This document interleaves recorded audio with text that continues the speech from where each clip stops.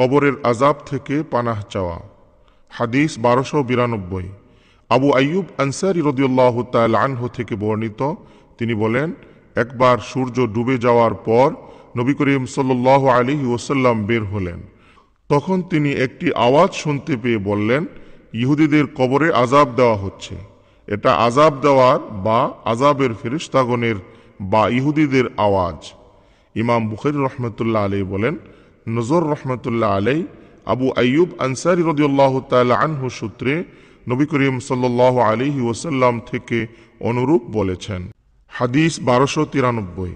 বিনতে খালিদ ইবনে সাইদ ইবনে আস রাদিয়াল্লাহু তাআলা আনহু থেকে বর্ণিত, তিনি নবী করিম সাল্লাল্লাহু আলাইহি ওয়াসাল্লামকে কবর আযাব থেকে পানাহ চাইতে শুনেছেন। হাদিস 1294। আবু হুরায়রা রাদিয়াল্লাহু তাআলা আনহু থেকে বর্ণিত, তিনি বলেন, নবী করিম সাল্লাল্লাহু আলাইহি ওয়াসাল্লাম দুআ করতেন, আল্লাহুম্মা ইন্নী আউযু বিকা মিন আযাবিল কবর ওয়া মিন আযাবিন নার ওয়া মিন ফিতনাতিল মাহইয়া ওয়াল মামাত ওয়া মিন ফিতনাতিল মাসীহিদ দাজ্জাল।